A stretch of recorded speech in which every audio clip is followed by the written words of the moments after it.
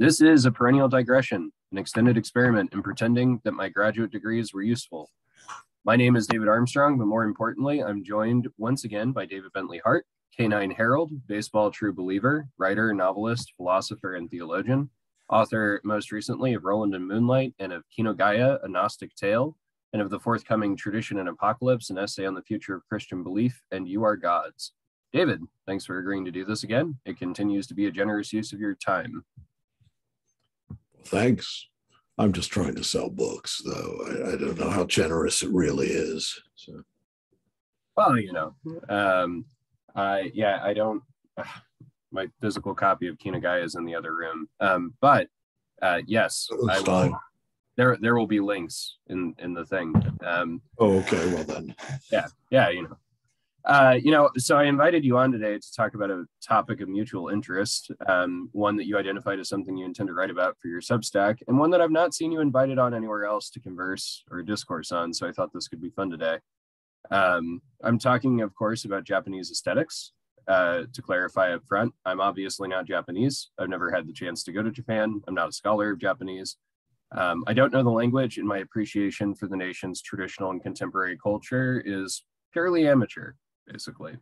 But like you, I do love it, and I want to try to increase my understanding of it because it seems to me that Japan's aesthetic tradition performs something like the unitive function in Japanese history that mainstream religions do in other cultural histories. So I want to start out just by asking, how did you become a Japanophile or a Shinichi? At what point in your formation did Japan's history and tradition stand out to you as being particularly important? Well, yeah, I mean, importance, I don't know if it's a matter of importance, except personal importance to me. I've always, from a very early age, been fascinated with East Asian culture and Southeast Asian culture. I mean, that's something that started very early in life. The literature, the arts, the languages, to the degree that I've been able to study them. But over the years, more and more, I realized that I had a special fascination with Japanese aesthetic tradition for a number. One is that it's so distinctive. I mean, it definitely stands apart on the one hand because of the intensity of the seriousness with which it's taken in traditional Japanese culture, that the perfecting of form at a very early period in Japanese history becomes more than a dilettante's concern. It's something that everyone, men and women, high and low, persons of every class are expected to regard as somehow central to a life well led. And then there's the sheer distinctiveness of the Japanese emphasis on blending the natural and the unadorned with human artifice in a way that has some precursors and some analogies in Chinese aesthetics, but in a much less central way. I mean, in Chinese aesthetics, though, there is a predominantly Taoist, or at least poetic tradition that we associate with the Taoist side of the Chinese sensibility that emphasizes the simplicity of nature. On the whole, Chinese aesthetics puts much more emphasis on the ornate and the intricate. And there's plenty of that in Japan, but always, the ideal, again and again, from the Middle Ages onward, has been balancing that with nature and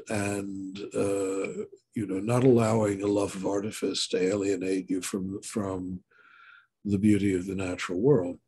And then there's another distinctive element of it that fascinated me from an early times, is that it's the only really refined aesthetic tradition I know that presumes beauty, but does not really discuss it. Beauty is the presumed backdrop. All of the distinctive Japanese aesthetic concepts have to do with other things, like simplicity, finding beauty where it's most unexpected, in things broken and discarded, even, as well as rough and unadorned.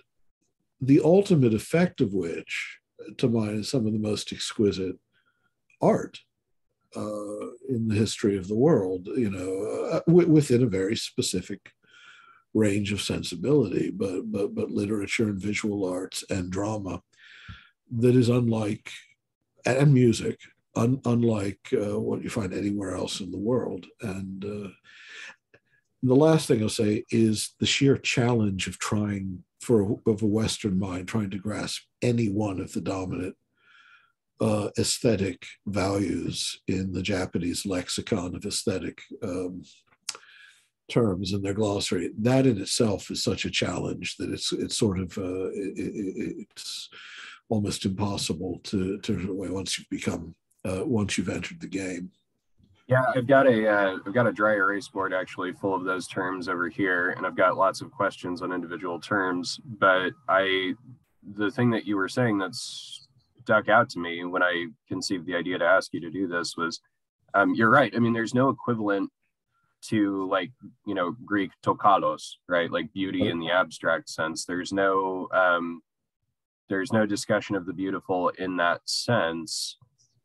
And yet, as you can see, it's everywhere presumed. I mean, the love of the flowering cherry tree, the love of saturated colors and exquisite fabrics. I mean, it goes beyond the pretty. It is obviously also already a veneration of the beautiful, but the beautiful as such is sort of the unspoken. The unspoken value. Everything else seems to be an approach by the back door. How to enter the realm of the beautiful without immediately vaulting up into the realm of the eternal. Rather than the Platonic eros that takes us from the beauty of the flesh to the beauty of spirit within 2 or 3 easy steps. In the Symposium, you go from an erotic fascination with Alcibiades to the love of the son of the good in a dialogue of 60 pages. The Japanese approach is utterly different. It's, learning mysteriously to dwell in the evanescent, the distant, the veiled, the half glimpsed, and within that context, experiencing all that within the embrace of a profound devotion to the beauty of nature and of human works. Yeah. Would that we all had an erotic devotion to Alcibiades, right? It seems to have helped Socrates along the way. It's not Yeah, no. Well, apparently he was a very impressive guy, Alcibiades. A great writer, a great athlete, a great dramatist, physically and intellectually superior, but lacking in a certain moral gravity, it turns out. And in Thucydides, I think it's interesting. Plato zooms in. This is a sidebar, but Plato zooms in on Alcibiades. It's interesting how Thucydides sort of doesn't think very much of Alcibiades, and he zooms in on Nicetas, right? Yep. Anyway, So, well, I mean, Alcibiades is a problem for all of classical culture, right? Because on the one hand, he seems to embody all these magnificent skills and virtues, but he lacks the mean. He lacks the one thing needful to turn all of this into a moral harmony that's genuinely emulable. So Plutarch's treatment of Alcibiades is instructive as well. The later sort of rigid, very devout Greco-Roman reading of Alcibiades is still a thorn in the side of classical culture. On the one hand, a fascination with him; on the other, absolutely deplore him. Now, in Japanese culture, you don't have quite that same kind of, because perhaps the discourse of the beautiful isn't united, and you don't have a concept like Kalakagathon, the good, the beautiful, and the good in one. That sort of moral judgment seems to be in suspense.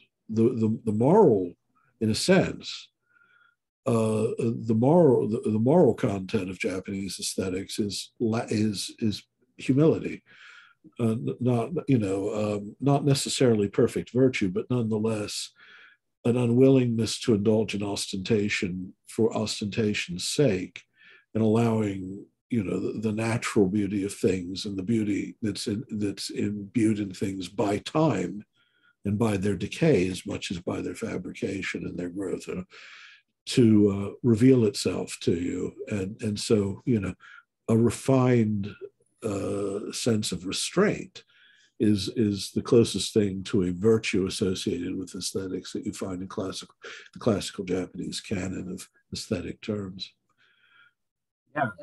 And so I mentioned that, aesthetics almost plays the unitive role that in other cultures religion does for Japan, but there are, of course, religions and philosophies in Japan that contribute to this aesthetic culture.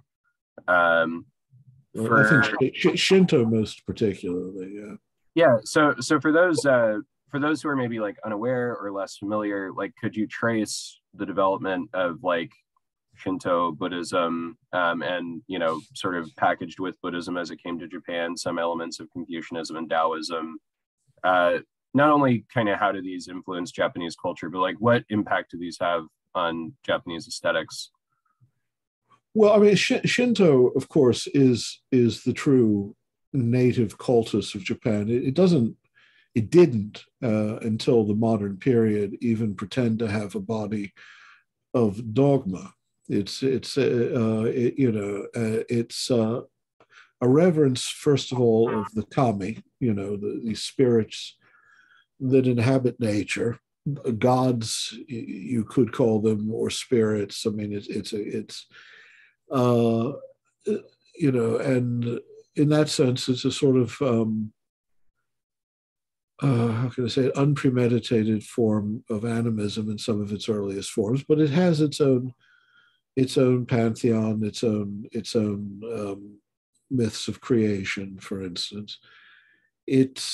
But again, in its aboriginal form, its original forms, it's characterized more by form than by propositional content. Keeping the rituals, venerating your ancestors in a particular way, visiting torii, the torii are certain kinds of those ritual gates, such a beautiful aspect. You sort of mysteriously in the middle of nowhere, you pass through the torii, sometimes even when you're on the water. And this, marks an entrance into a sacred space. But, dancing is more important than doctrine in Shinto tradition. And it was the indigenous religion of Japan from a time that's incalculably old. In the 19th century, there was actually a kind of Shinto fundamentalism, if you like, or at least a kind of nationalist Shinto revival, prompted by scholars, especially, the great Motoori Norinaga, who did, I think I have here his edition of the Kojiki, for instance, which is one of the two bodies of Shinto myth and legend, the other being the Nihongi. And that, was a sort of a nationalist revival movement that led to the progressive rejection of such foreign contaminants as Buddhism and the Confucian tradition and Christianity and other things that had it's the 19th century, 18th, 19th century movement.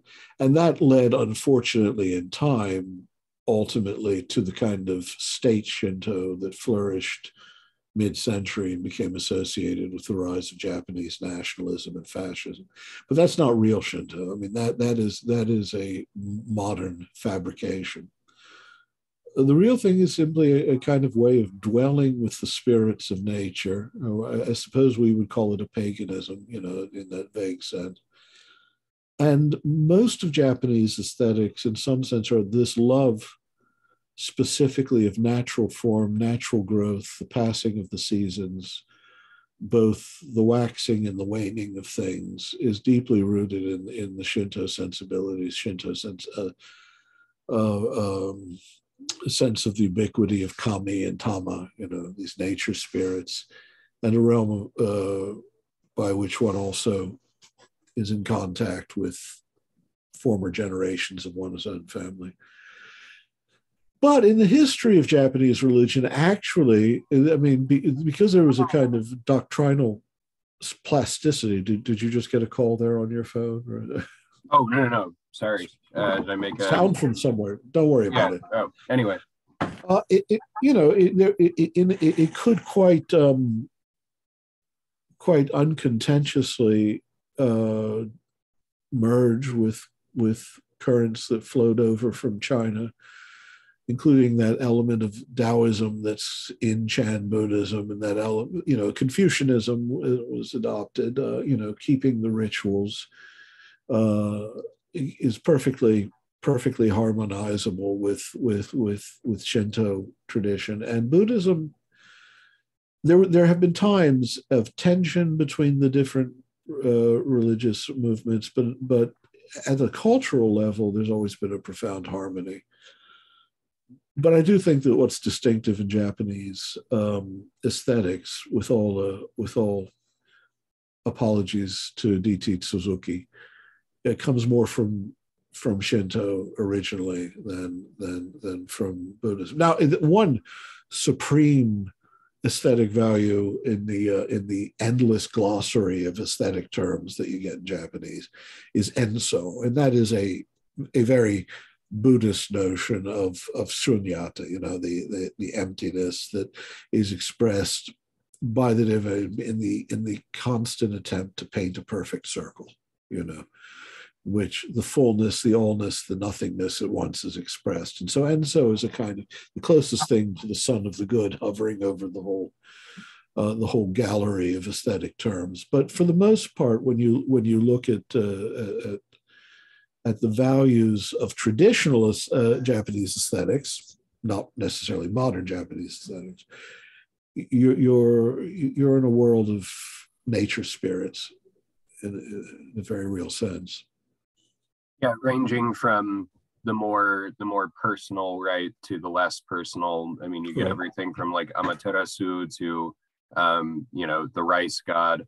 There's a small portable temple actually for the rice god at the St. Louis Botanical Gardens. That I pointed. Yeah. So I pointed it out to my friend once, and he asked me like, "So what do you think about that?" And I was like, "I don't know. Probably there's a rice god in there, or there was at some point. I mean, what's the problem? I'm just saying the world is better with rice gods in it." I always, it's this Protestant superstition that gods are some sort of rival to God, which is just a modal catachresis. It's a logical error to think that gods would be anything other than different sorts of creatures. They couldn't possibly be rivals for God in the fully transcendent sense. It's simply a mirage of language. Too bad that we don't have something like the Greek. The best we can do is capitalize God and relegate the gods to lowercase subordination. But in Greek, o theos and the various thei are not rivals for the same place in reality. And I'm all for making as much room for the spirits and gods of Japan as I am for the ones of the West. In fact, more and more, I'm becoming convinced that the only sane sort of Christian view of things is a kind of panpsychism grounded in the universality of the Logos that would require that all natural forms, that first of all, the Logos as such knows from inside, so to speak, what it is to be any natural. There's already a ground of consciousness there, but that would also have to have the mode of the personal consciousness, say, of your mulberry bush. Now, I can't prove this, But it seems to me the personification of the mulberry bush in the form of a very small nymph-like being, let's call her Mulberia, is a closer approximation to reality than any sort of mechanist view of matter as intrinsically, dead and then possessing life only in the sense of vegetative growth. I mean, anything that is already in some sense known from the inside. And that's how we should relate to it. But this, again, it's just because the world is so much less interesting if that isn't true. What's the point of not believing it? We've only got 70 here. So I'm certainly there, I'm certainly with you on all of that. I mean, there's something not only charming, but also just superior, I think, about a culture whose worldview is like, no, yeah, there's like a kami who's in charge of ramen noodles. Like, there's a kami who's in charge of ramen noodles and who like taught humans how to make ramen and, whatever. It's like, yeah, that's just a better way of thinking about reality, I think. It also explains, let's be honest, it explains a great number of things. I mean, let's be honest, there's so much that we don't really, the origins of so much of human culture are much more mysterious than we pretend they are. So I think that it just makes much better sense to assume that at some point culture had to start going from this or that, resident god or archon or whatever, angel. Yeah. Okay, so probably, if someone's into Japanese aesthetics at all, probably like the fundamental value that people who are interested in this kind of thing are likely to be familiar with is the idea of wabi-sabi. Yeah. How do you understand these terms? Like, can you walk anyone who's not familiar through it? Well, wabi and sabi were originally two different terms that just sort of naturally came together. And when you ask specialists how they would distinguish between them, they might say to you, sabi is more about the effects of time on things, and wabi is a more philosophical understanding of the nature of things as an ephemerality directed towards a natural end with its natural span of time. But what most people understand by wabi-sabi is just plainness, lack of adornment, a love of the simplicity that turns out to be more than simplicity.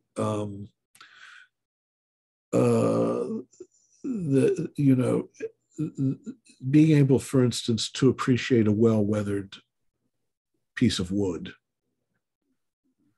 to love a wooden gate, not just for how well it's carved, but the marks that time have left upon it that testify at once to its evanescence and to the way in which all human products and all natural products gravitate towards the same thing. Sabi is probably the older term, and it's from the verb sabu, which means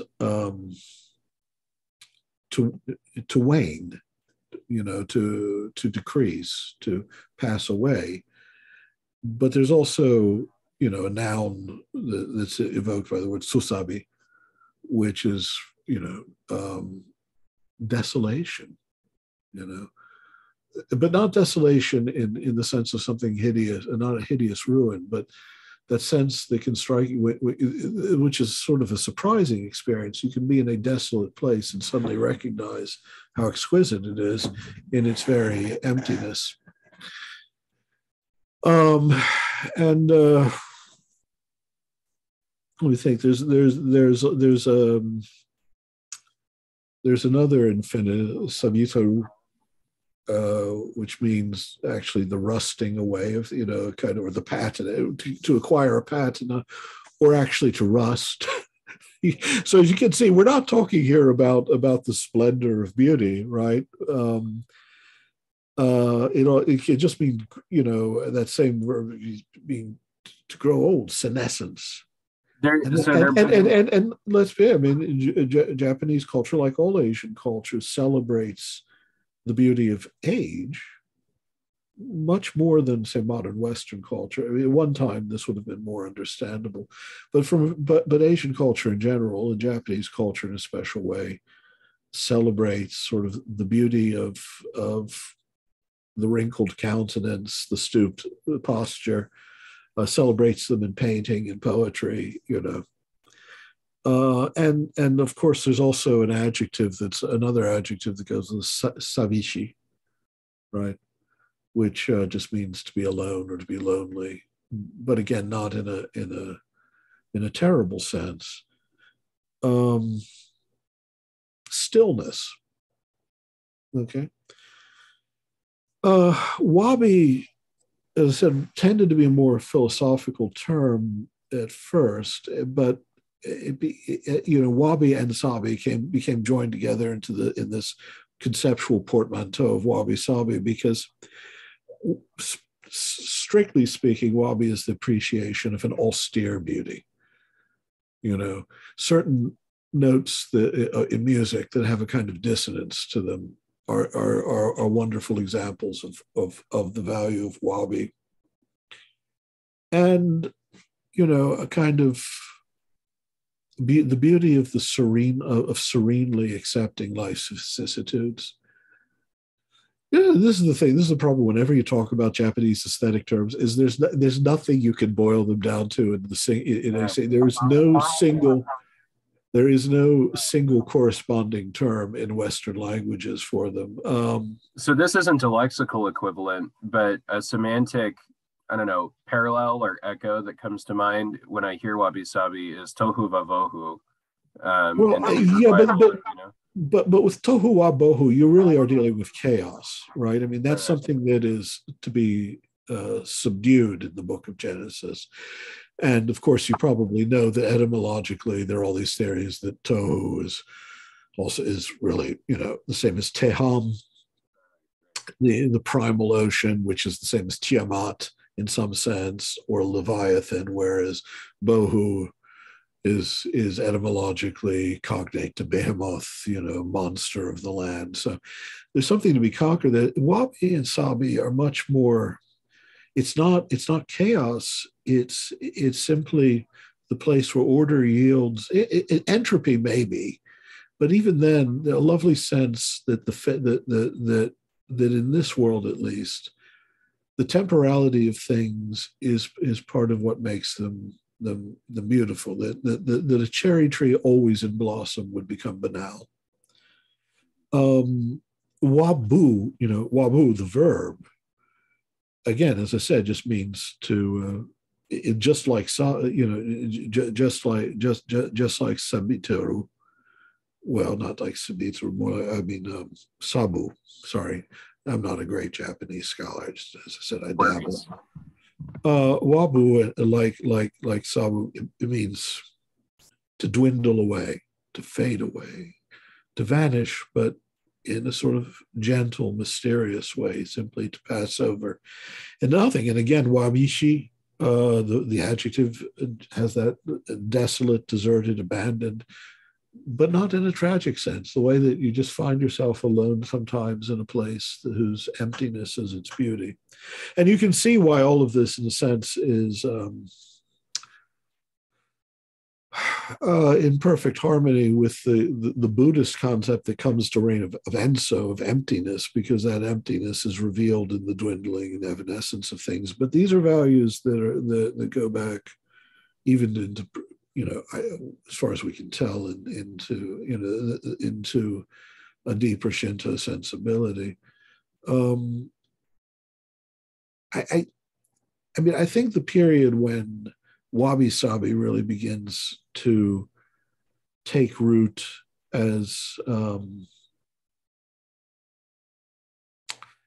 know, as central to the Japanese lexicon of aesthetic terms is probably the 16th century, you know, with Sennorikyu, the master of the tea ceremony, the man who took the chanoyu and turned it into an art that was far less opulent by the time he was finished with it than when he began. He was the chief tea master, the master of the tea ceremony of a very powerful daimyo or lord.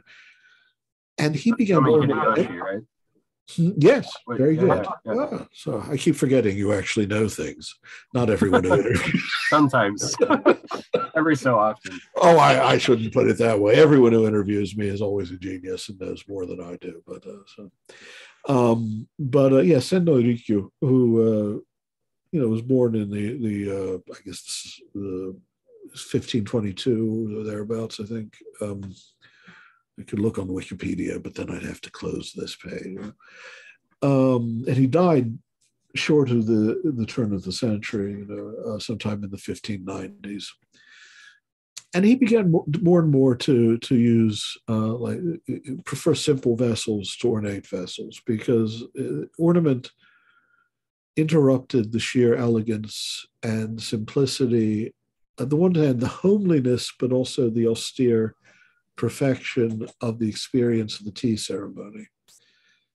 He more and more preferred, simple vessels, simple implements, tea houses that were wood with tatami matting, stones, I believe he was the one who first started trying to, use water on the stones leading up to the tea house to approximate the effect of dew, so that you always felt that you're, passing through a dewy garden in the morning. Wasn't he the one who... And the practice of the sheer grace of simplicity, it's not plainness. I mean, it's not, in no sense is it a kind of indolence where it comes to form. In fact, if anything, it's more rigid. It was more rigid in his practice than it was beforehand. Instead of it is a tea ceremony, and there are proper forms for everything. How many times you stir the matcha, how you turn the vessels first when serving them and then when drinking, and how you give thanks and all that. And yet, the experience of it's extraordinarily profound, because you're taking everyday things of plain and simple and readily acquirable objects, and sort of integrating them into a pattern of exquisite refinement that you're sharing together with another person. And there's no other culture on earth I know of that would have or could have created something like the Chandoyu. It's a perfect example of the oddity from outside of the Japanese approach to the beautiful. And yet, again, as I say, it's also, you're talking about a culture in which there's no prejudice against a love of the beautiful and the exquisite. To be at the high point of the Bushido, to be a truly accomplished samurai would not in fact involve a kind of manly contempt for daintiness. Quite the contrary. The samurai who's also a fine gardener and flower arranger, and who knows how to conduct the tea ceremony, and who probably cherishes no higher desire in life than to be able to die in the spring while the cherry blossoms are blowing through the air. That's a good samurai. The Japanese ability to aestheticize anything, which kind of reaches a somewhat questionable pitch, say in Tanazaki's famous book, In Praise of Shadows, in which there's a passage in which he praises the traditional Japanese latrine for its aesthetic virtues. It, again, is what sets this tradition apart. Yeah, there are fun stories about Rikyu. There's the one where he's alleged to have said to his disciples, like, the tea ceremony is nothing other than heating up water with leaves and pouring it. And then there's a great story where he allegedly had, I mean, I say allegedly like it's uncertain, this is probably true. He had a morning glory or a marigold garden, one of the two. And Hideyoshi wanted to see it, And right before Hideyoshi came, Rikyu had the entire garden like culled, basically, like cut off all the stems, and then there was just one left, right, Right. in the shrine or in the tea house in the garden, and Hideyoshi, realizes the lesson. And Well, eventually, what's funny, of course, is Hideyoshi's tea house originally is a tea house, notoriously, not famously, but notoriously a tea house of gold. And so you have to imagine that Sen Norikyo is sort of weaned him away from that sort of ostentation in improving, showing to him that the plain clay cup, even one that's been broken and restored. In fact, there's a whole Japanese art of restoring broken things and then treasuring the brokenness of their character. Could be more exquisite, more beautiful. That it lingered more lovingly on the threshold between the natural and the artificial. Which, if you think about it, I mean, what is the central image? What is the symbol of Shinto? The way the cross is for Christianity, or the crescent for Islam, or the Star of David. You'd have to say the torii. It's the gate. It's this place of mystical liminality between the world of spirit and the world of human beings, but in a sense that dwelling on the threshold also between the natural and the artificial, between the human world, which is a sheltered world created with the beneficence, obviously, of certain kami and tama, and then the world of nature, which is a world full of the mystery of spiritual beings, that's all alive and in a sense, that's that aspect of Shinto, that always being on the threshold, is probably very much the secret inner core of the aesthetic, of the sensibility we're talking about. Because every bit as important as wabi-sabi in traditional Japanese aesthetics, and wabi-sabi itself, in fact, I typed up a list here of the terms, see if I can find them right. They're the seven, right? The principles of wabi-sabi, kanso, fukinsei, koko. They all mean things like asymmetry or simplicity or something weathered. Shisen, unpretentiousness. Seijaku, tranquility. Datsutsuku, unbounded, unconventional in the sense, but meaning unconventional. Instead of not being so punctilious about form that you don't allow a natural flow of things to at times to overwhelm mere artifice. But the other, another term that's probably equally important for understanding, and in a sense, you could arrange most of the Japanese aesthetic terms between, on the one hand, this is Yugen, which is sometimes associated with wabi-sabi, but is a richer concept too. Or concept in its own right, because that means something dark and shadowy in one sense, but again, not in a terrible way, not in a frightening way. It's Yugen is about something hidden in such a way that it's just coming to light. Its obscurity, in a sense, is also disclosing something about it. It's a sort of mysterious surfeit of feeling. Somehow you're feeling going beyond what's immediately visible, but there's something just beyond, something withheld. Something to some degree, the ineffability, right? Well, yeah, the most famous characterization of Yugen comes from the great, the poet and playwright and theorist, aesthetic theorist, Seami, who wrote also those great no dramas.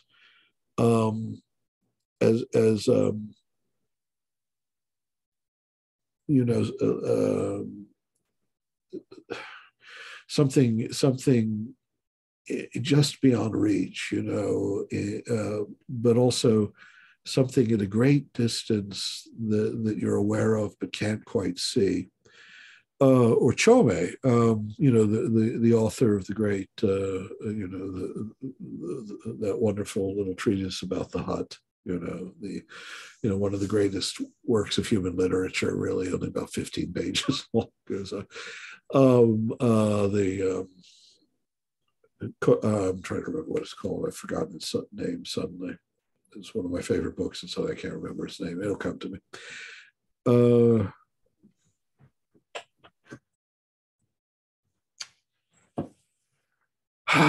Anyway, yes, he describes Yugen as sort of an autumn evening, and the sky is colorless and silent, and for reasons we can't quite express, tears are welling into our eyes, and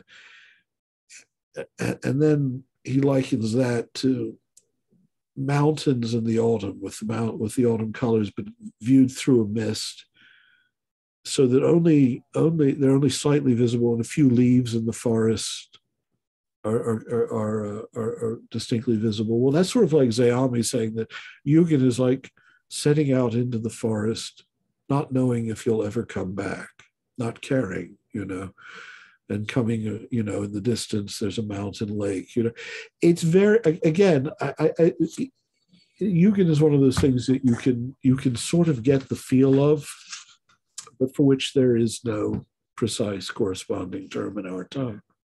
It's a quality that Alan Watts comes back to again and again in his book, The Wisdom of Insecurity.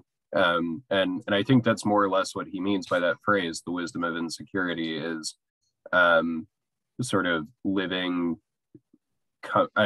not comfortably maybe, but like living aware of and accepting of the quality of Yugen, right, in the world, that things are ineffable and things are sort of always, all of our conceptual discursive attempts to sort of master reality are, the minute we stop taking them to be pedagogy, are actually hindering us, right, from being able to interact with the world. Well, yeah, and I think, and of course, as an aesthetic value, I mean, it's again and again you'll be told more by Western scholars than necessarily by Eastern scholars, that Yugen must be thought of as this worldly. And that's true in the sense that the phenomena that you're experiencing, the feelings you're experiencing, are very much everyday phenomena. But, there is a profound spiritual awareness there, recognizing that preserving the mystery is necessary for the appreciation of it. I mean, that a mystery is not, that mysteriousness is not simply an invitation to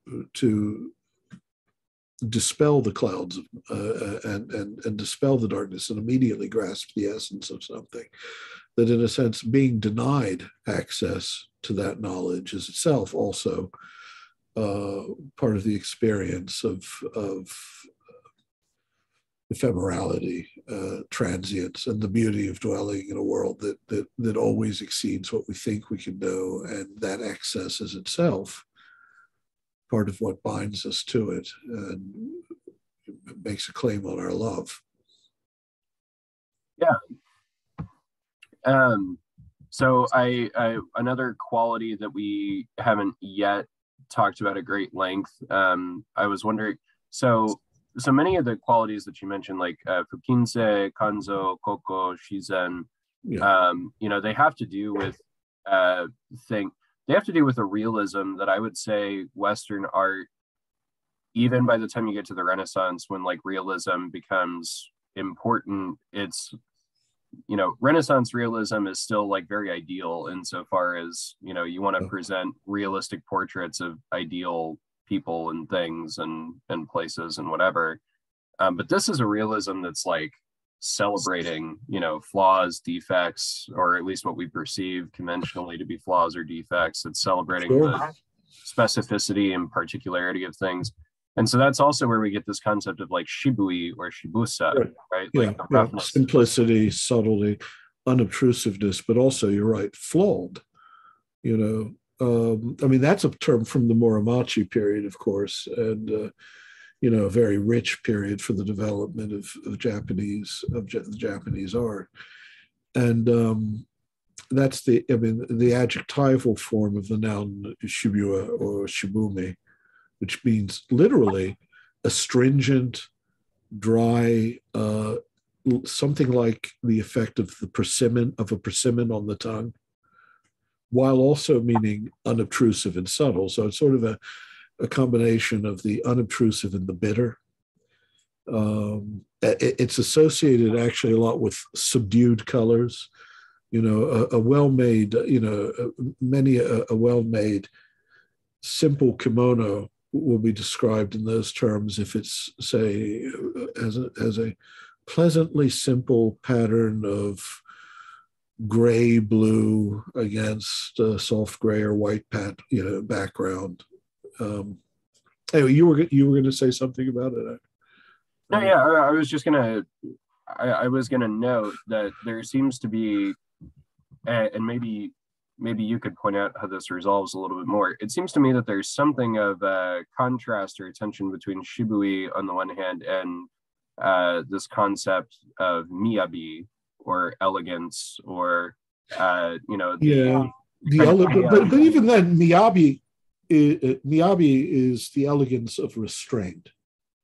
Right. So, I mean, you're right. It's elegance. There are more humane and more, I mean, when you get into the modern period, of course, there's the value of iki, which is not a natural, which is not a feature of nature. It's very much an aesthetic value of the urban human world. But even then, none of these is ever entirely free from that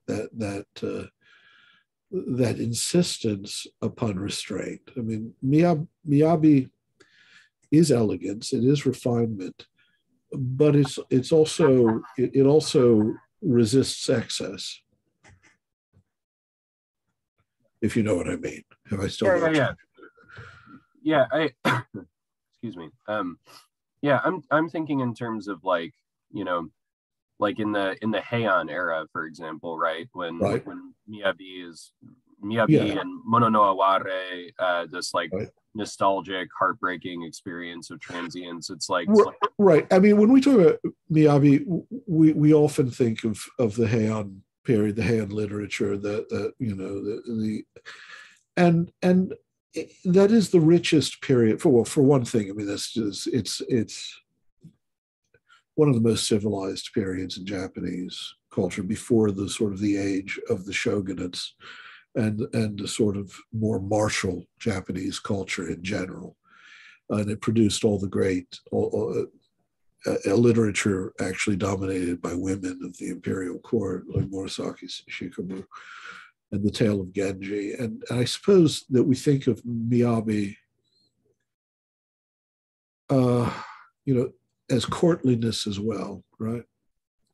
And it's often associated with the ceremonies of romancing a perhaps inaccessibly highborn lover, sending poetry across a courtyard into the inner chambers where the women are, for instance, or something like that. But on the whole, it still involves, a sense of proportion. Miyabi is never expressed either in the Heian period or afterwards in sheer opulence in the way that, again, as I say, certain periods of Chinese aesthetics embody, just absolute overwhelming displays of color and artifice and ornament. For all the beauty and the elegance and the grace we associate with the Heian ideals of the court, even there's an insistence on a golden mean, so to speak. And you mentioned, in association with it, which is very astute of you, Mono no Aware, right? Yeah, yeah. And that's just, I mean, literally the gasp, the that escapes your voice when you encounter, you know, I put it, um,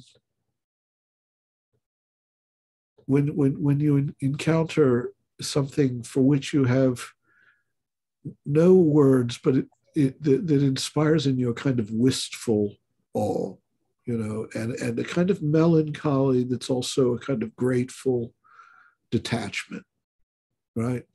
I mean, this is the way to think about it. It's not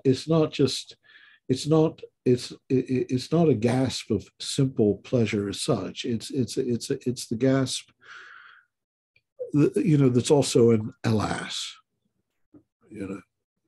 Yeah, yeah. Yeah, it's almost a kind of practical meditative exercise in I mean, by the Heian period, Buddhism is totally there in Japan, but it's not yet, fully filtered everywhere. But it is to I some mean, degree. it's there. I mean, it's still occupied at that point. It occupies a very high place in the culture, in the sense that the court ladies who want to escape the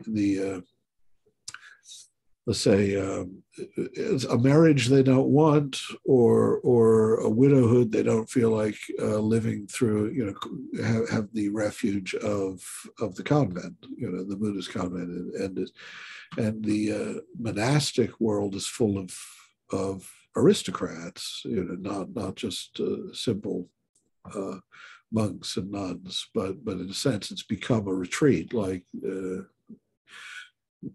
many a monastery and convent in European history at certain periods. So it's Buddhism is there.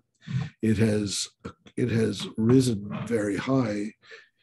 In a way, it never really did in China. Let's be honest. In China, even though there were Buddhists, there are periods of greater and lesser influence.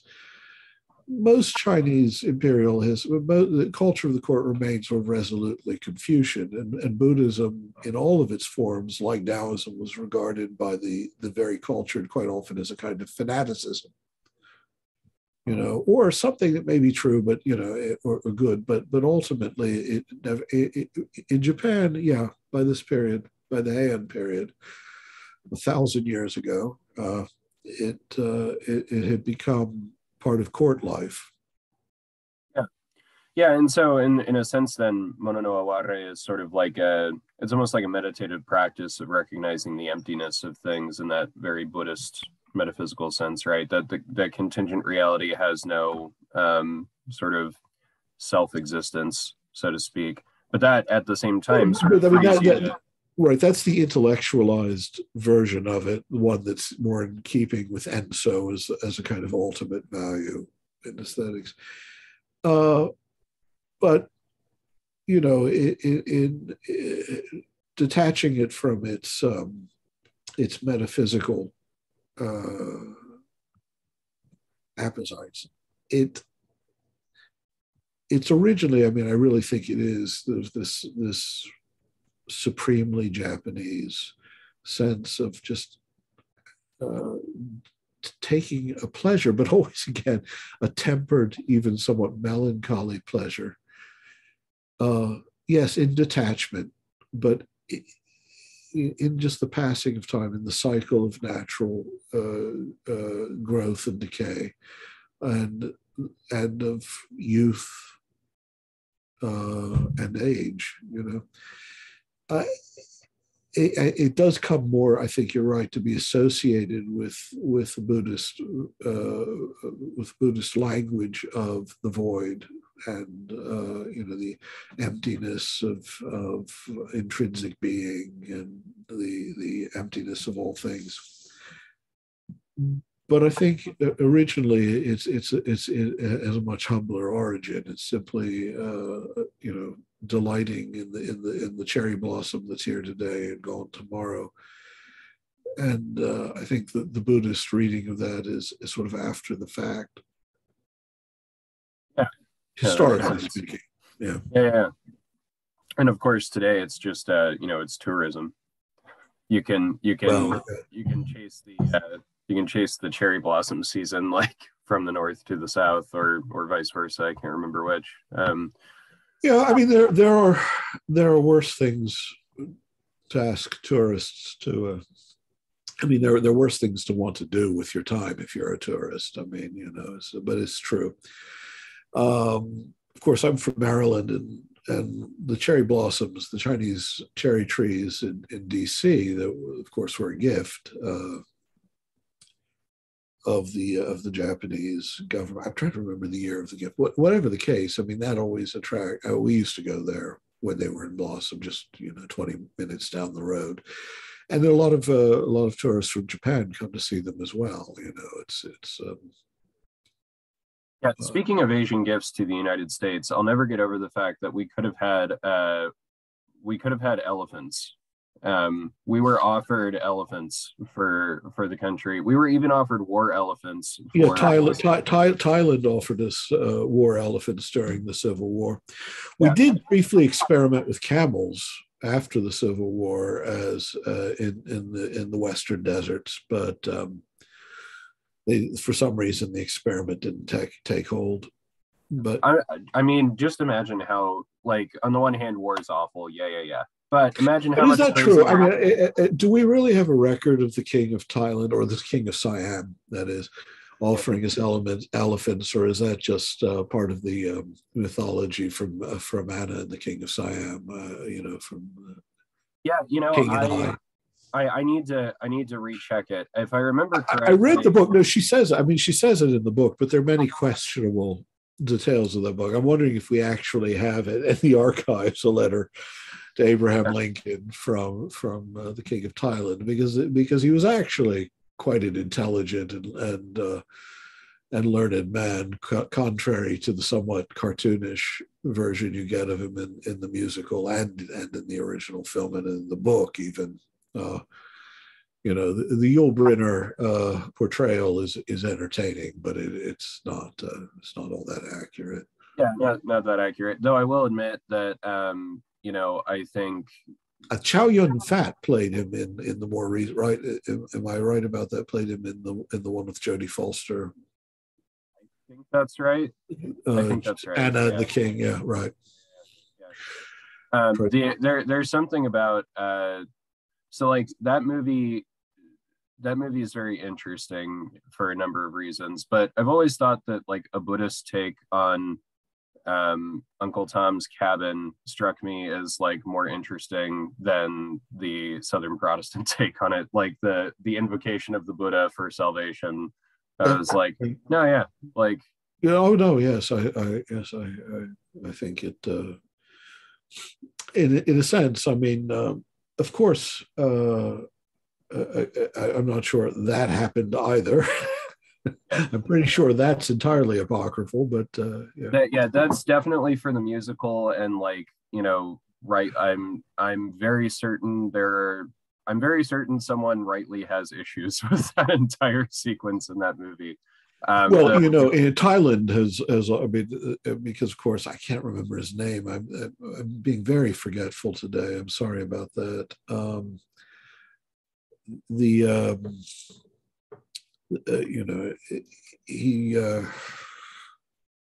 is a revered figure in Indo-Chinese or culture in general, but in Thailand especially. There's long been a deep hatred of those films in Thailand. Mongut, that's it. Mongut, King Mongut. He was Rama IV. I have to admit, I just looked it up on my Wikipedia. Don't tell anyone I've ever even heard of Wikipedia. Yeah. So. Wikipedia gets a really bad rap, but honestly, for just I think actually, in a sense, there's a kind of Darwinian quality to it that I like. That is the people who actually know things more and more go into go in online to fix the errors of others, and slowly over the course of time, what emerges are some fairly accurate articles. There's a very good one on the authorship of the Shakespearean corpus, for instance, that I read a couple of years ago, and I was impressed at how much of the information was very good, very good scholarship. So I'm not as contemptuous as all that. Anyway, and by the way, while I'm at it, Chome, his great work is the Hojiki. The reason I couldn't remember it is I kept thinking Kojiki because I was talking about Shinto a little while ago. Hojiki, the four square hut. One of the most exquisite works of prose in the Japanese canon, certainly, but a work that everyone should read. And in some ways, perhaps the most perfect expression, along with maybe the Sarashina diary, of many of those aesthetic values we're discussing. The exquisite simplicity and lyricism of simplicity of classical Japanese literature.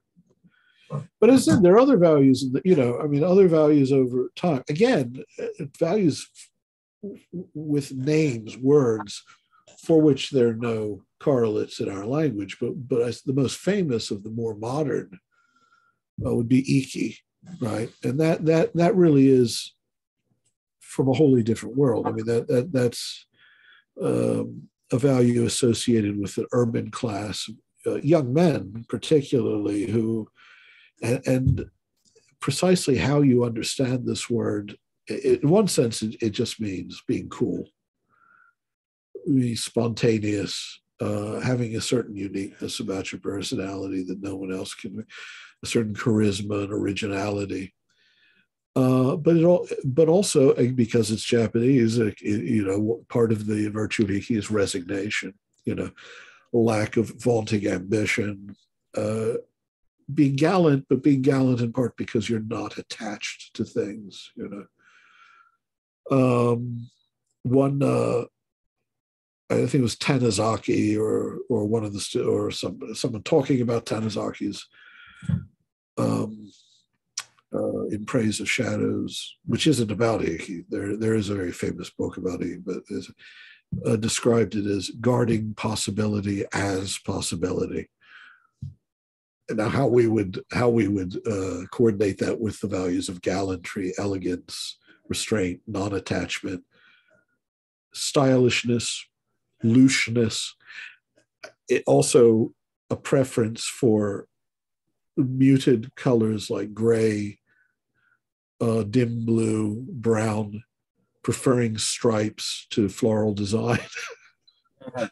Iki, the lighting for Iki is supposed to be indirect lighting, so that there's a sort of, you can imagine Bogart or Jean Gabin smoking a cigarette in a bar where the lighting is indirect. That has something of the quality of Iki about it. There's a kind of melancholy to some modern Japanese aesthetics, and I'm thinking especially in terms of like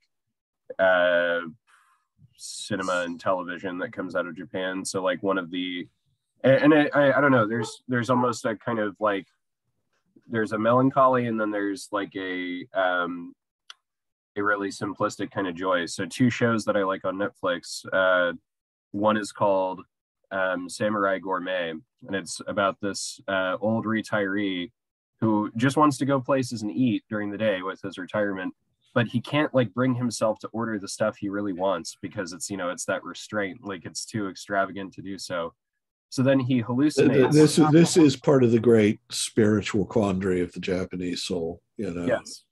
Like in the first episode, he wants to order a beer at lunch, and he's like, "Oh no! Like, what if everyone judges me?" So he just hallucinates a Ronin who like comes into the restaurant and like gives him the courage to just do whatever he wants to, right?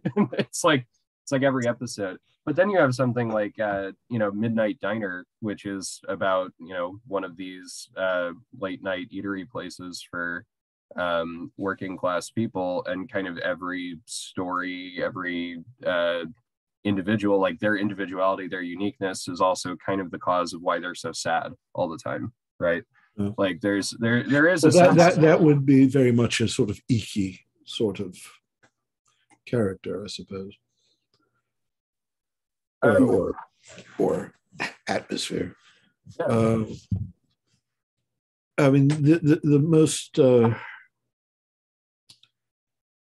most famous treatise on Iki as a distinct aesthetic value, right, is by it's kind of funny. It's Kuki. It really is very hard. You know, I get sort of the schoolboy pleasure in Iki is Iki and Kuki, and Bukuki Shuzo. And he wrote a treatise called Iki no Kozo, which is sort of like the structure of the shape of Iki. And it does, there is a good edition of it by the writer of the novel is Hiroshi Nara, but there's an English translation that's quite good of that. I have it around here somewhere. Yep, here we go. Everyone who's actually fascinated by this, I'm sort of trying to not get it, just see you reflected in its shiny cover. There we go. Read it obliquely. Okay, yeah. You mentioned I don't know the programs you're talking about, but it is worth mentioning that all of these elusive, lovely, and frustratingly ineffable Japanese aesthetic values, I think, are part of the reason why Japan, for a time, produced so great a cinematic culture. There are three truly great cinematic culture. They're great. There's great cinema from many different countries, but the U.S., France, and Japan, you can say, had sustained periods of extraordinary excellence. And in Japan, of course, in addition to the big three, Mizoguchi, Kurosawa, Ozu, there are other wonderful directors like Inagaki and Kobayashi, wonderful director who did, of course, Kwaidan and Harikiri and other masterpieces. And a little earlier than that, did I mention Inagaki, or I might have just said that? I think you just did, yeah. Yeah, the Musashi trilogy and other things. And Teshigahara slightly later, also a great director. This is a cinema. Now, Kurosawa was, in many regards, perhaps the most Western as a storyteller. Even then, he's willing to, his films, let's say, stretch out a little bit farther than most Western cinema, most directors in the West, or at least most studios, felt comfortable with. But in one sense, Mizoguchi is the greatest purely Japanese director in sensibility. In another way, perhaps Ozu. Ozu is kind of hard for Western audiences to take. I mean, these are incredibly slow and simple. But if you want, to see how this sense of the very simple, the plain, the unadorned, the unostentatious can express itself in cinema. Watch Tokyo Story or something by Ozu. The camera is remarkably static. I have to confess, the older Ozu got, the more he was sort of like trying to concentrate on the perfect framing. So you're going to have a scene in which the camera hardly moves within, a 10-minute, which the percent. But and to be honest, the first time, most Western viewers, start checking their watches at times. But you get drawn in. I find that in the past, of the big three, Ozu is my least favorite because I have maybe an purely Occidental attention span when it comes to this. In fact, by the end, you find yourself caring deeply about the characters in these films and these very simple stories. But for me, the sort of the supreme Japanese director, just for integrating all the virtues of Japanese aesthetic tradition from the classical to the modern period, is, of course, Mizoguchi. Now, if we're talking about Iki, of course, they're the cooler, the hipper, later, like Suzuki, and that's something else. But I mean, the films like Ugetsu or Sancho the Bailiff or Tale from Chikamatsu or any or any of it, or his version of the 47 Ronin, which is in two parts. It's an epic. So, Yeah. It includes, some of the most perfect use of natural light, natural settings, but also of the weathered, the human dwellings that are treated with this, almost obsessive fascination with their disproportion. And then Tales, he when he was making Ugetsu, for instance, he wanted to make it like there's a tradition of story scrolls in Japan, in which a tale is told in successive pictures, and you unroll the scroll at one end and roll it up the other. So in a sense, it's sort of a classic precedent for cinema as such. And he wanted to tell the story in that way. And so he uses the camera in this way. He wanted the camera to sort of float at times in on and of course it's a ghost story, so floating a slight movement of the camera. It was hugely influential actually on Martin Scorsese later, whose camera is always in motion. But if you just want to see, to me, like the perfect cinematic expression of the Japanese aesthetic tradition, that would be the film Ugetsu. Okay. Sancho the Bailiff also, but after watching Sancho the Bailiff, you can't be happy again for about 4 years. So you have to be prepared for that one, because it's like one of the most shattering films ever made. For what it's worth, Seven Samurai is my favorite movie. I should hope it's among them, certainly. Yeah, Kurosawa. I'm not in any way suggesting Kurosawa is inferior to Mizoguchi. I just mean that Kurosawa was a bit of a maverick, and he had he loved Western storytelling. So he's sort of a mediating figure between East and West, and between the Japanese and the American British style of. I guess you would say there was a great British cinema, but it was mostly subsumed into American cinema. And the best period, so quickly, after some wonderful Pinewood Studios films, disappeared very quickly. But and to your point about Scorsese, I mean, I think a lot of people are often unconscious of how influential Japanese cinematography was on some of the most popular. I mean, the Star Wars, for example. I mean, you don't get George Lucas without the secret, right, the secret citadel or whatever it's called, the Hidden Fortress or Seven Samurai. Fortress, I mean, like right. These films are like so influential. Right, there's a reason why sword fighting is that whole generation of filmmakers, both Coppola obviously has been older. But George Lucas, who used to be a great director, by the way, people may not know this, but he started out with THX 1138 and American Graffiti, which are great pieces of cinema. He then just apparently lost his way after the first Star Wars film. But also, John Milius, who's a horrible director, but he got the others interested in Kurosawa. Horrible director with horrible politics. But part of what inspired, there are different, in American cinema, of course, it's the great period of the 30s and 40s, but the late 60s and early 70s, of course, also a golden period in American cinema. And many of the directors who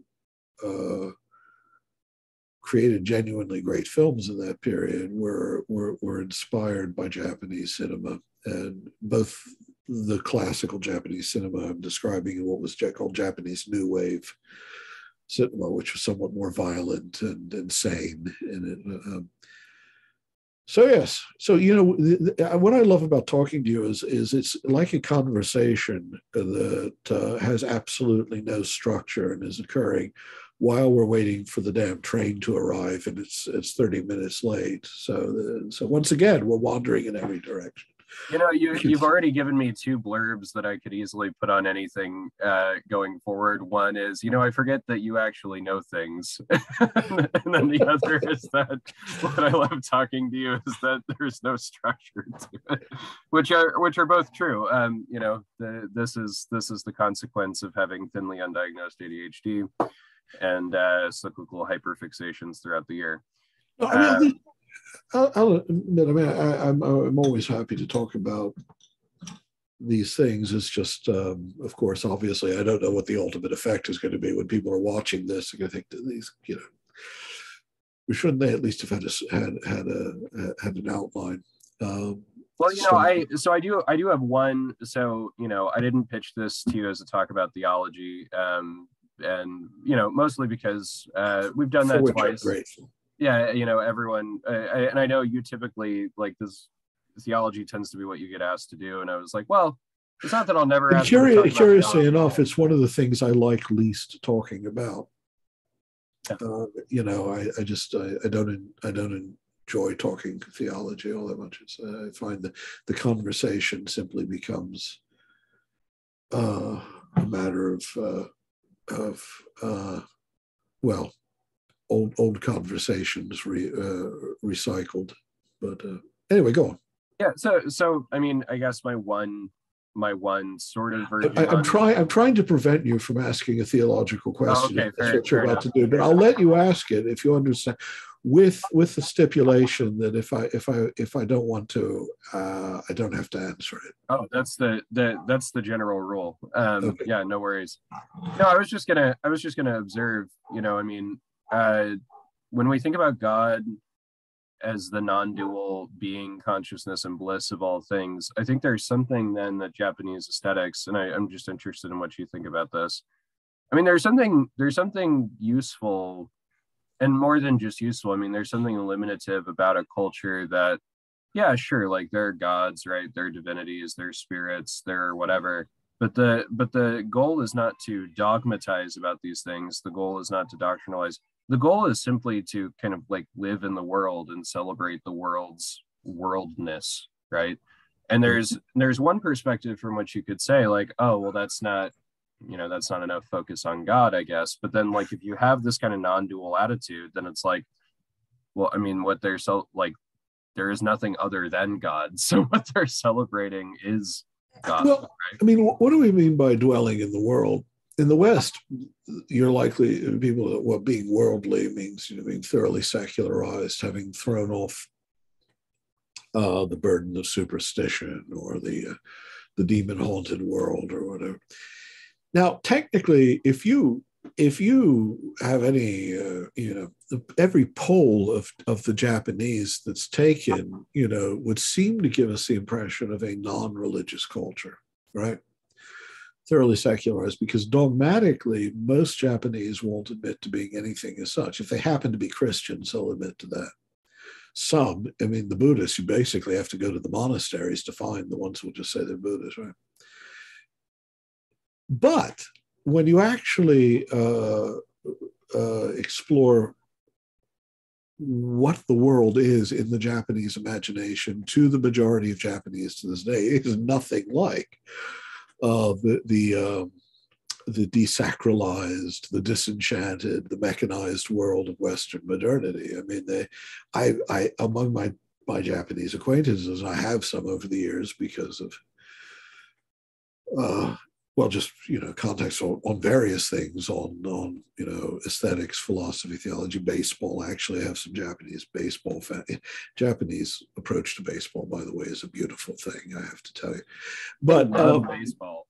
In fact, if baseball survives the barbarism of the American ownerships and rules committees, it'll be because Japan keeps it alive for us as a true art. But I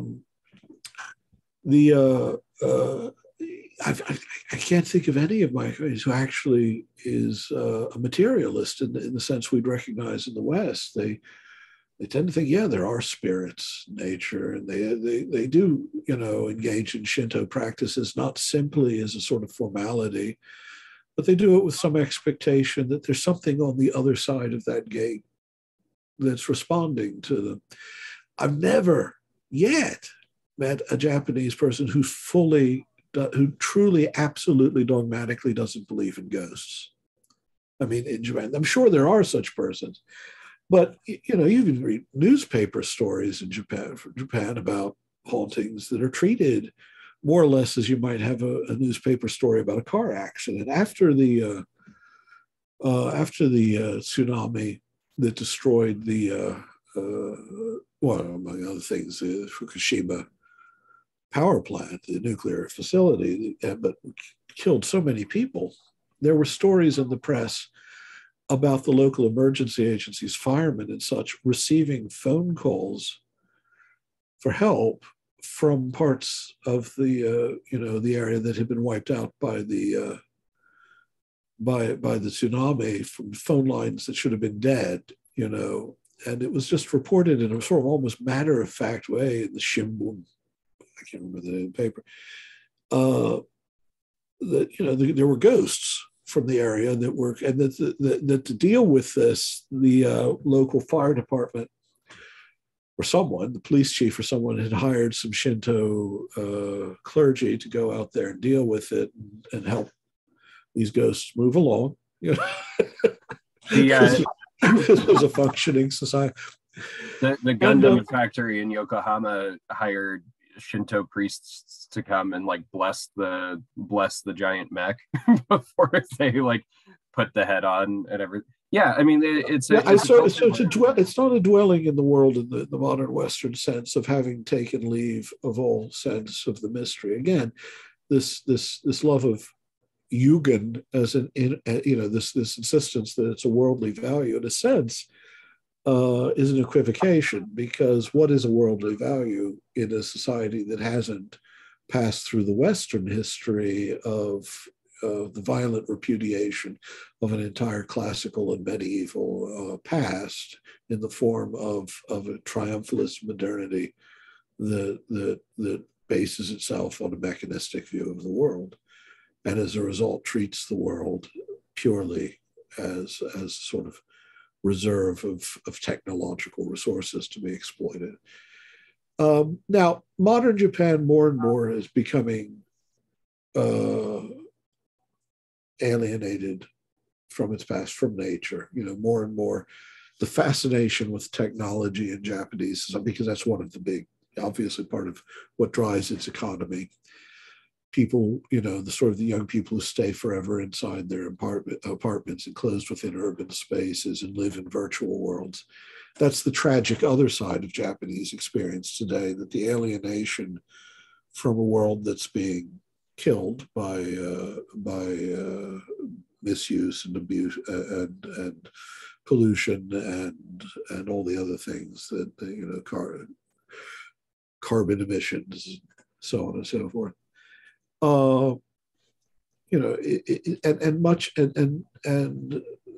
There much of the great, or not only the natural but the human beauty of Japan is still disappearing. Even Kyoto, one of the most beautiful cities on earth, still sees, unfortunately, a lot of modern urban development slowly but inexorably destroying what really should be a sacred. I mean, you realize that during the Second World War, we refused to bomb Kyoto. The Allies refused to bomb Kyoto because it was of such historical, it was a place of such beauty, and it was of no strategic value. But, the notion of trying to demoralize the Japanese population by destroying Kyoto was floated and rejected, apparently, as simply too barbaric. Of course, Hiroshima and Nagasaki then qualify. So we don't win many points. We don't win many points for that, but Yeah. Well, and I think I mean, modernity is conquering Asia and conquering Japan just as it is everywhere else. But as you say, this sense of dwelling in the world that is taken so seriously in Japanese aesthetic tradition is not a dwelling in a world that's been exorcised. You know, it's not a world from which the gods and the spirits have been chased away. If anything, it's uh, at times can be a kind of desperate clinging to that world as it slowly but apparently inevitably vanishes. well, and even, I mean, as bad as all of that is, too, it also seems to me that contemporary Japanese culture is still more enchanted in its attitudes and engagement with, you know, industrialization, with technology, with whatever. Well, That you know, I reason. think, yeah, no, I mean, I think that, well, in fact, you know, I think that the least godly place on earth is the United States, obviously. I mean, that for all of the, you know, mythology of a God-haunted people and for all of the formal adherence to religious associations and religious claims, that America was always already you know, the land without God. It was always on which the world had already been, creation had already been converted into technological reserve, in which you know, a kind of weird Pythagorean cult of capital had triumphed even before it became explicit, and that when our ancestors left Europe, they left Christianity behind. And that explains the sheer weirdness of the indigenous Christianities of America, you know, white evangelicalism and such, that bear no real relation to Christianity in any historical or scriptural or spiritually sane sense. They're all sometimes quite anodyne, but in other ways quite malign, as we saw the white evangelical world ally itself with a recent presidential administration, the name of which I never utter if I don't have to, because I don't like to curse. Well, and we stamped out, we stamped out the indigenous religions for the most part. That, I mean, unlike in Japan, where when Buddhism goes to Japan, it just sort of melds with Shinto, or unlike in Europe, where arguably, as I know you would agree with, I mean, Christianity just sort of absorbs a pre-existing cosmology. I mean, I have no problem. Christianity is both a Jewish and a pagan religion, as a religious culture, and that's good. And of course Judaism too. I mean, let's be honest. I mean, Helen, the Greco-Roman world, the sort of partitions we in Hollywood. It doesn't really exist. Yeah, right. Absolutely. But I mean, like here, we didn't perform that synthesis with what was already here, and it's sort of right. I often wonder if that's not the reason why. And I mean, probably it just is, like, part of the reason why our culture is so disenchanted is that and so unenchanting is that the peoples and traditions that could have taught us how to recognize the sacred, the divine, like in this place, we didn't. I mean, we just horrifically abused, right? Yeah, I mean, you can number that among the offenses that have produced who we are, and I think it's hard. I mean, I think there's a spiritual legacy of a country that is, founded on spoliation and virtual, near genocide and slavery, chattel slavery. How we fancy liberals with our critical race theory arms, but I mean, quite seriously, that we've never not been aliens in this land, in the sense that we didn't come here to dwell in a place that had an identity, that had a genie locora, but we came and we said, oh, you can make a profit from this. There's a lot of good wood here. There are heavy metals. That's always been our attitude to it. It's it's the age of conquest. But the thing I find oddest about, as I say, is that the same is, you could say the same is true of the conquistadores and such, but that in some sense, a spiritual culture managed, albeit in a very tragic way. I'm not denying that, but the Catholic culture and indigenous culture did in Latin, especially in South America, but also in Central America, managed to some degree to coexist and to cross-pollinate and without ceasing to be Catholic, without ceasing to be autochthonous. Well, at the same time, that did not happen. That didn't happen with us. I mean, with us, it was, we made a desert and called it peace. We came and the sort of religion that sprang up in America, this sort of weird after echo of Christianity, or not even that. I mean, like a reverse image of Christianity, this sort of weird Orphic, self-reliant cult of, property, possessions, nation, guns, Donald Trump. Oh, I said it. That is the indigenous American Christianity is so remote from any Christianity. It's curious to think that they lost their Christian identity because they weren't able to learn anything from the non-Christian world that they entered. That in rejecting and despoiling and destroying the latter, they had already implicitly taken leave of the former. And what we have in America, we simply have the least spiritual, the least God-haunted country in the history of the world. Laicized France is more full of the presence of the memory of God than America's entire history. And hence, I think it's fair to say why, people like you or me or others who are interested in, trying to make what is good metaphysics and good cosmology like a living experience and a living culture, however far we're able to, look with admiration,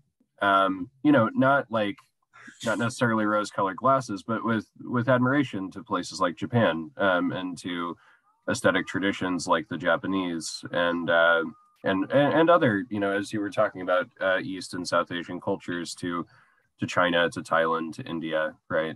And you don't have to do this through rose-tinted spectacles. We understand that all cultures have their strengths, their weaknesses, their sins, and their virtues, right?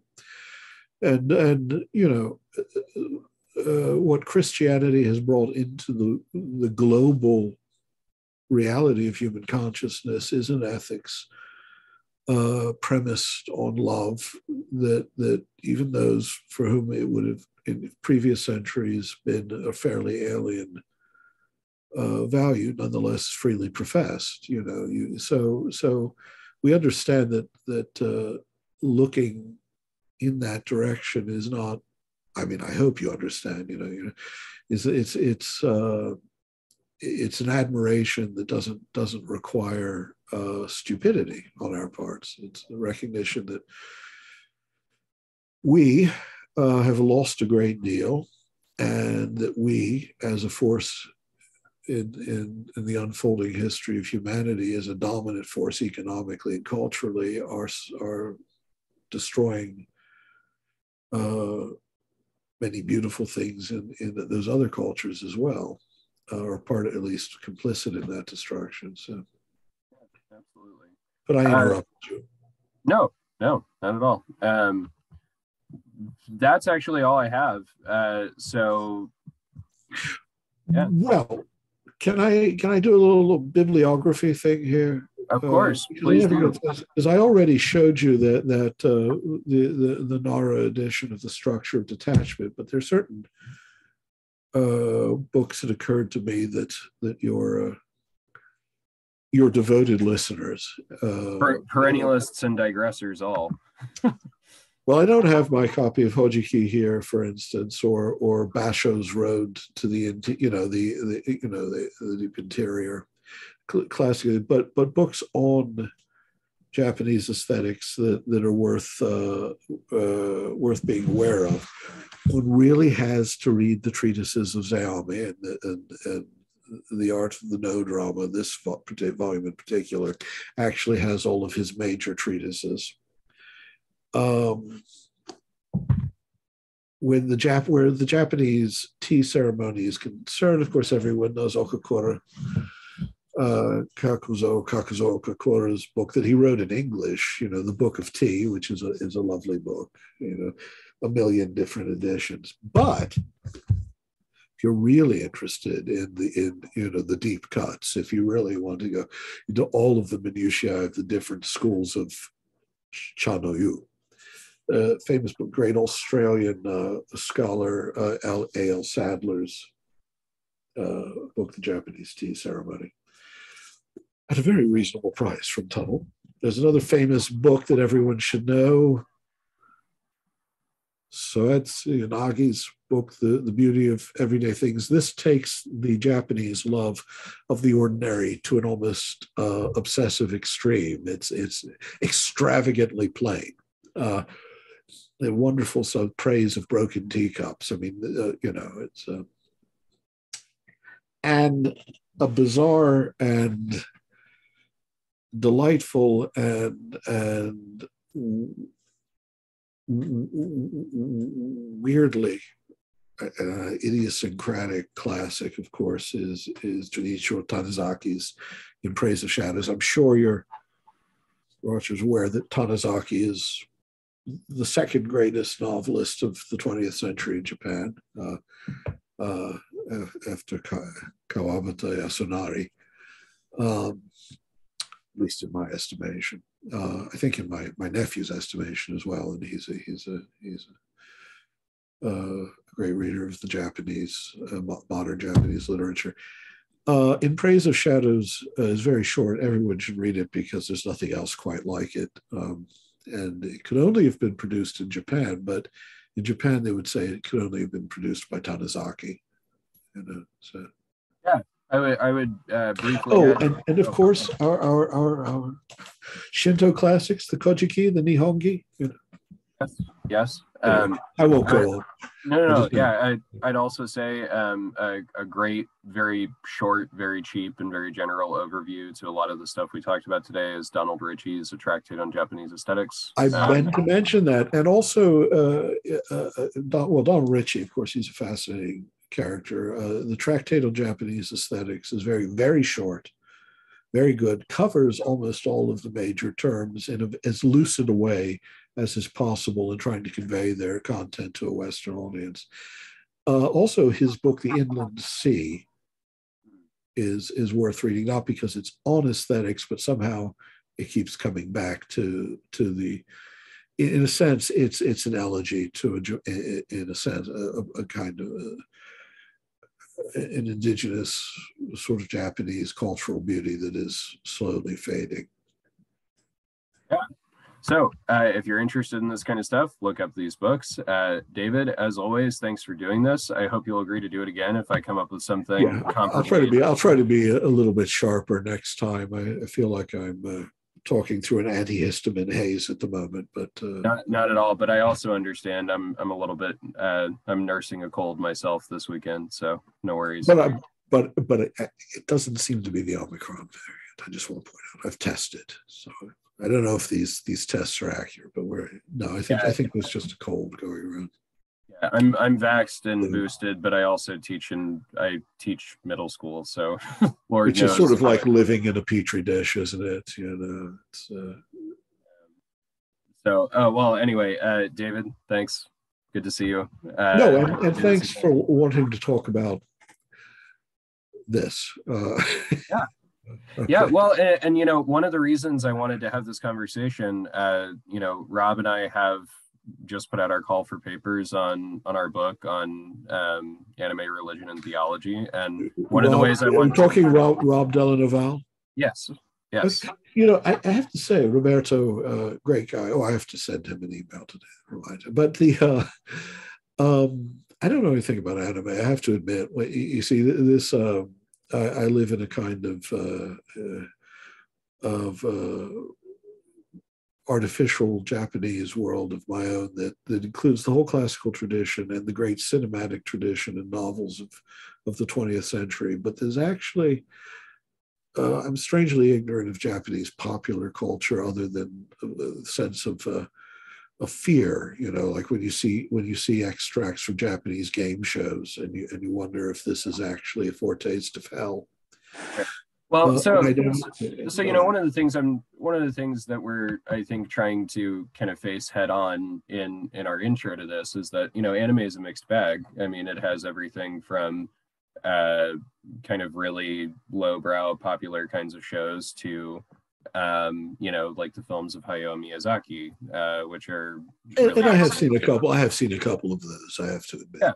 Yeah. You know, so we're trying to. I think the pop culture and theology series, I think, just proceeds from the recognition that, you know, for a lot of people, they're kind of, you know, the only interaction they're ever going to have with bigger ideas about the world, or with, you know, these kinds of artistic representations of divinity or whatever, it's coming through the pop culture sources that are, you know, kind one of of the things that I find fascinating, this much I know about, I know we're finished with our conversation, but this is a digression, right? Yeah, of course. Digression is the degree to which a lot of Japanese popular fantasy is concerned with Christian eschatology and Christian imagery, you know, angels and the end of days, and you know, the apocalypse of John. It's very strange to me, because in a sense, there may be no natural indigenous Japanese way of confronting the notion of historical crisis, of the end of the possibility of the end of things. You know, that very much you know, a product of the Zoroastrian element in the Abrahamic religions, if you want to say whatever. And I find that fascinating, that even where Christianity as dogma or devotion is as a kind of marginal place in the culture, that this sort of imagery and these sorts of narratives are actually weirdly pervasive of a lot of popular Japanese storytelling.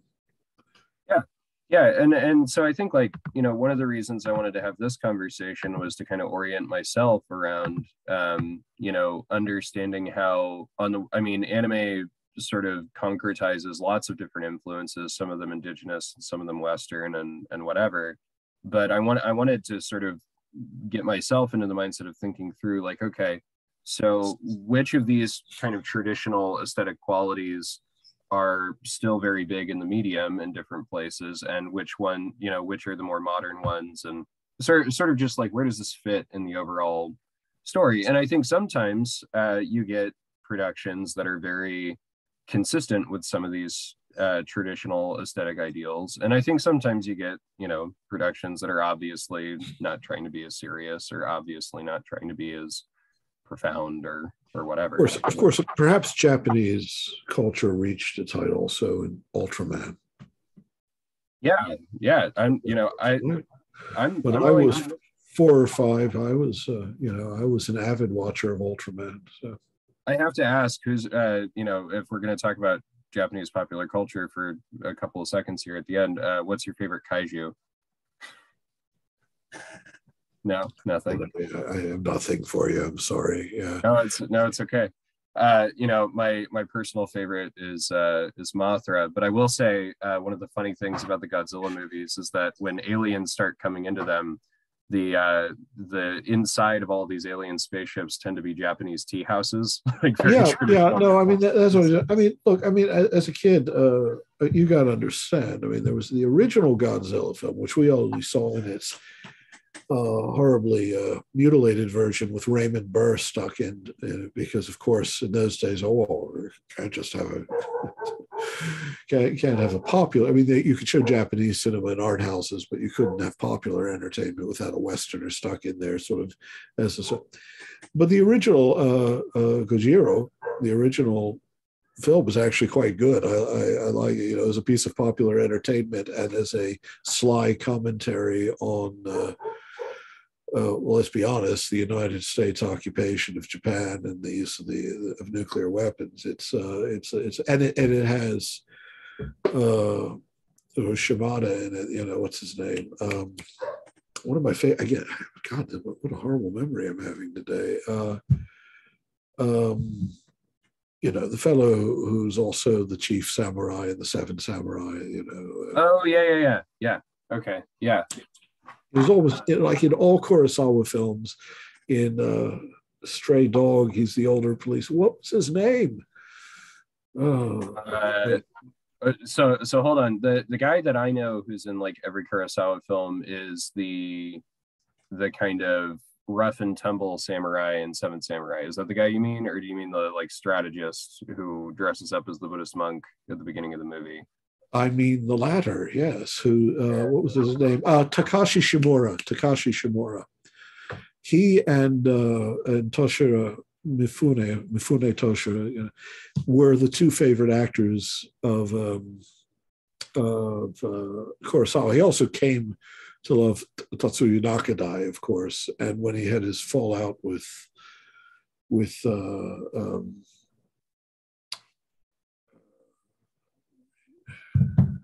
the name I just gave you, Toshiro Mifune, Nakadai became his go-to. So in Ron, for instance, Nakadai plays.